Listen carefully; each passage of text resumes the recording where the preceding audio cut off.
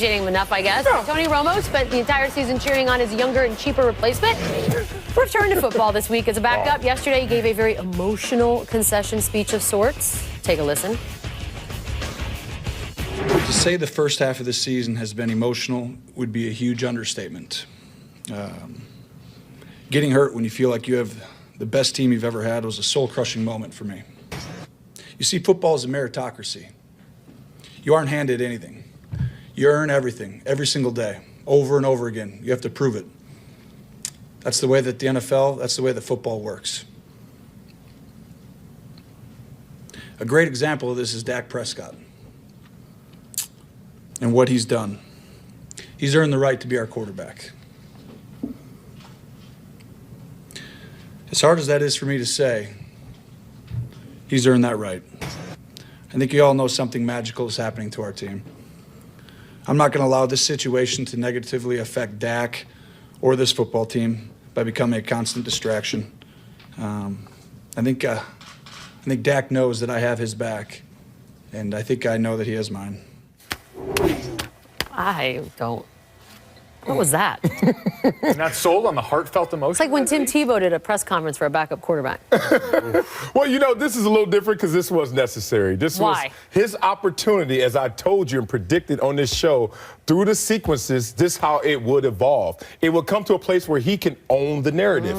It would come to a place where he could take control of the message. It would come to PR 101, where now Romo is a sympathetic figure. Who would have ever thought that Tony Romo will put himself in a position to lead men that he actually physically can't lead anymore, but now become the biggest figure in that locker room because, one, he won't be a distraction. Two, he'll be in full support. And now there's no disruption. This team can continue on this magical season. And you notice how he dropped it in there. This is, again, more PR brilliance. Dropped it in there that I still have the burning desire to play now more than ever. So you put all that positive spin on it going into next year, knowing that there's going to be someone out there who's right on the verge, who needs a quarterback, that's going to come looking for Tony Romo. Wait, so you're telling me that by reading the pages that he read yesterday, that now that distraction's over? Because why? We're just not going to ask questions anymore? Oh, no, we're going to ask questions, but you control what you can control in that locker room. So you present a unified front. Tony's on board with this. That's what everyone gets from their message in there, because the minute Dak struggles, we're all going to come calling. That's what we do. He may never struggle, Golick. He may never struggle. Hey, ever in his life. I'm not Tony seeing Romo's it. going to have an impact on the season, on the field, before it's all said and done. It may not be a big body of work, but he's going to come in somewhere and help this team out. He just silenced everyone's thoughts, and that unspoken language that happens when you're around people. When you're thinking something, you know they're thinking it, but no one's saying it. He finally owned those words, so now everyone can feel at ease that this locker room is together. Can you tell what I'm thinking right now?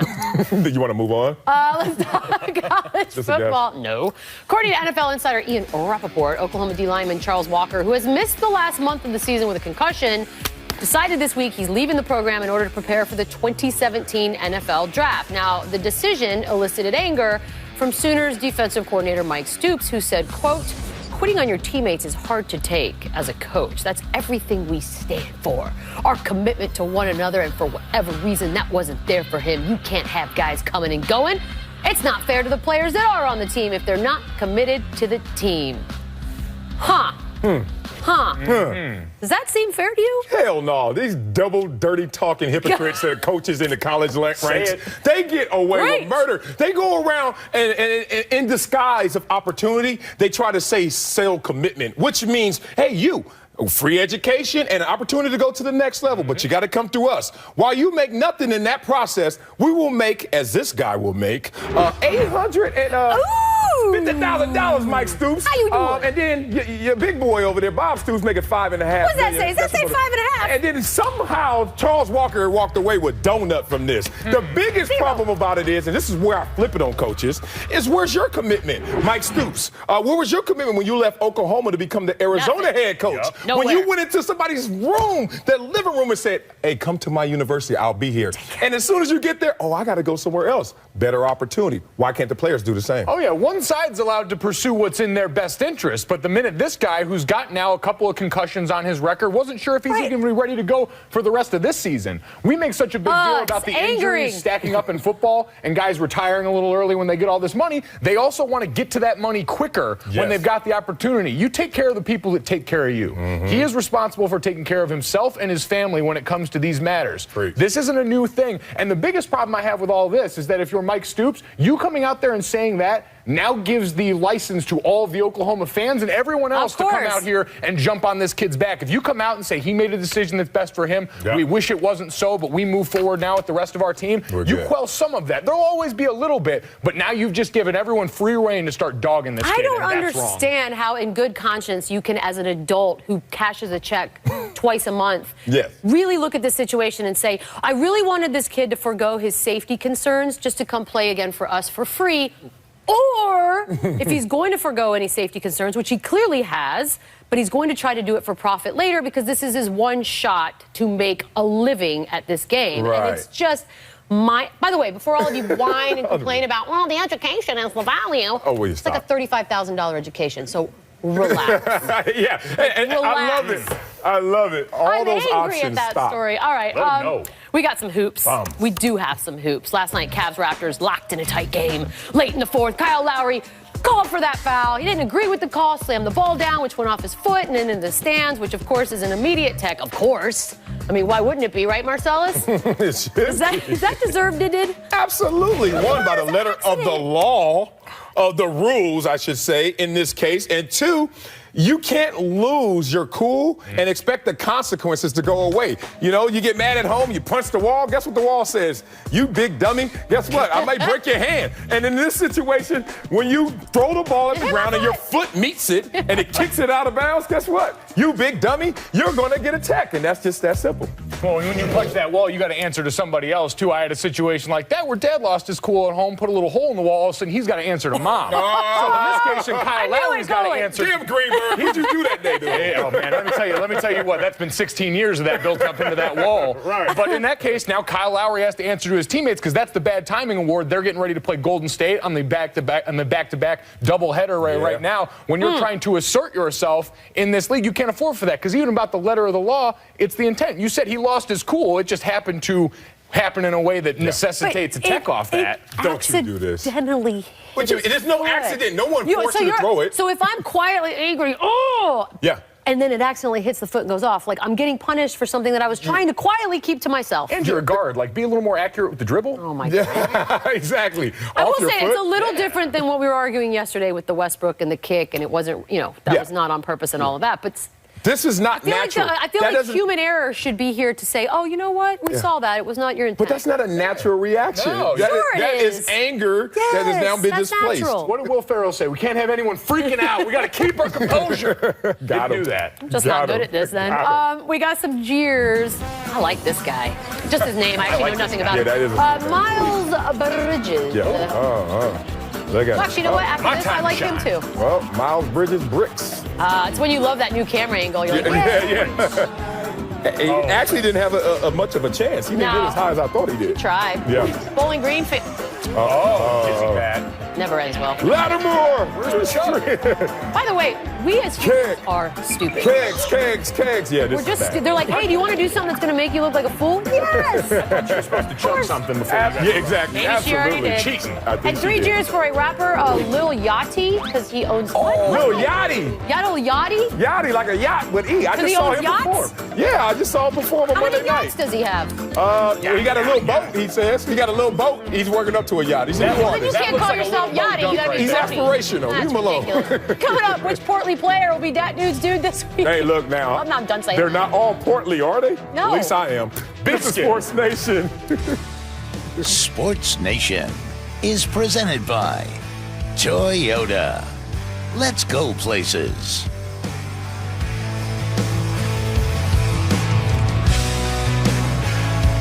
The round off the tank we go. Waka, waka, waka, block 'em.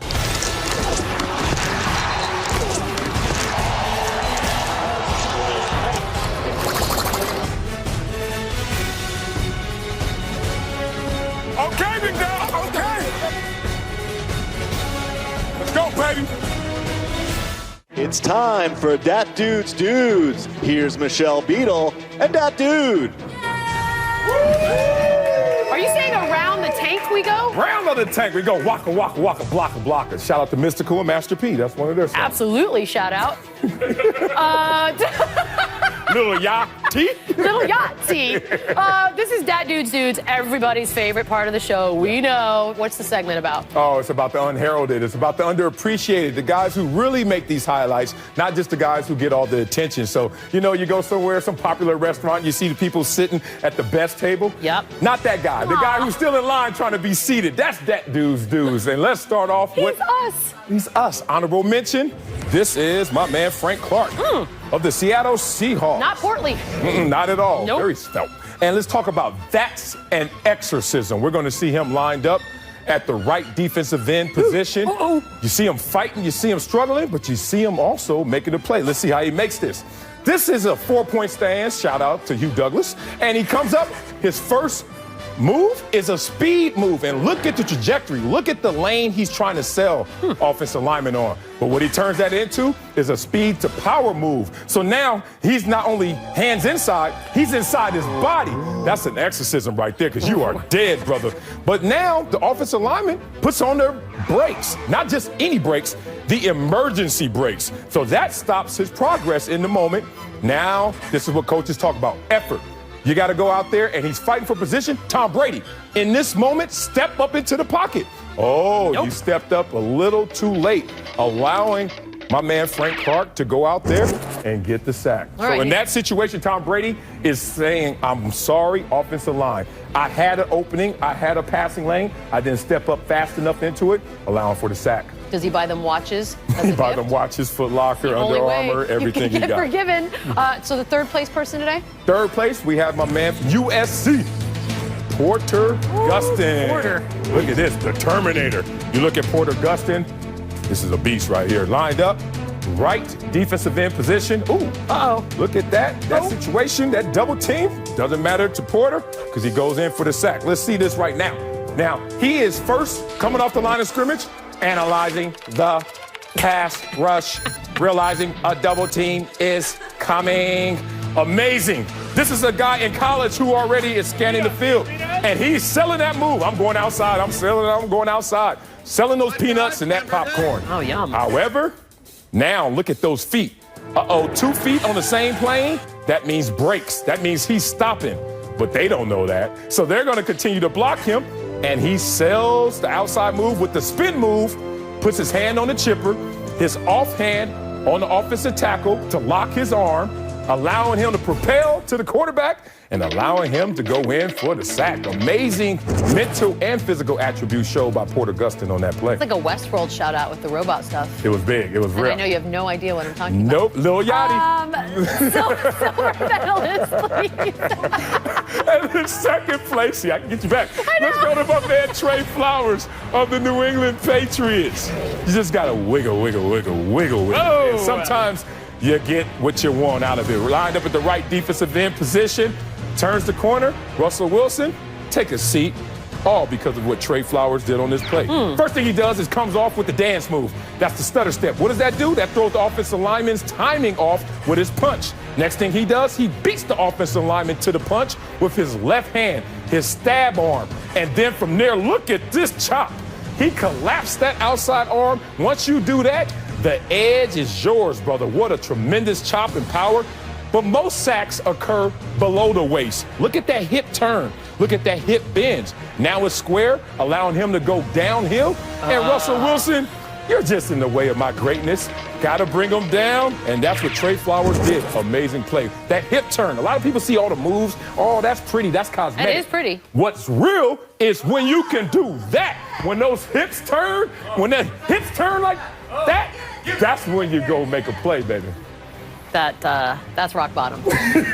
And do we have a first place winner today? Oh, of course we do, and you know who it is. Mama named him Montravius. I'm gonna call him Montravius Adams of Auburn. It's a setup. This is a setup, and this is a tremendous play by my man Montravius, lined up at the left defensive tackle position. Comes in, nice spin move. Don't let the fat fool you. What a play. Now, watch this setup. He comes off the line of scrimmage, and he says, hey, block me this way. Do you see him already turning his body to the outside? But look at that hand. You're in a vulnerable position, offensive lineman. Oh, yeah, he's about to kill you. Another ghost, because he's going to use that against you. And another thing, being a little more athletic of a stance, that helps. But now, because of the setup play, once again, we locked that outside arm with the spin move. And now, with that, what does all offensive linemen do in this moment? They hold. But he's trying to hold him, but that hold is not going to work because it's a little too late. Golly. You see Montrevious come in and get the sack. And then he's celebrating, I'm going pro, I'm going pro, I'm going pro. Because that was a tremendous play. Once you see this as an offensive lineman, you got to know he's really trying to set you up for the counter. But he bid on it, hit him with that move right there, and you see Montrevious go in for the sack. You're so agile. I still got it. Still got it. All right. He can't watch every single second of everything, so y'all need to help. How do they help? Yes, you got to go on Twitter, go online, hashtag #ThatDude'sDudes. No matter who you see out there from any level, we'll put them on, especially the unheralded and especially those in the trenches. We want to give those guys love. #ThatDude'sDudes. He's sweating. We'll be back. I'm hot. Winners and losers next. Still got them hits, though.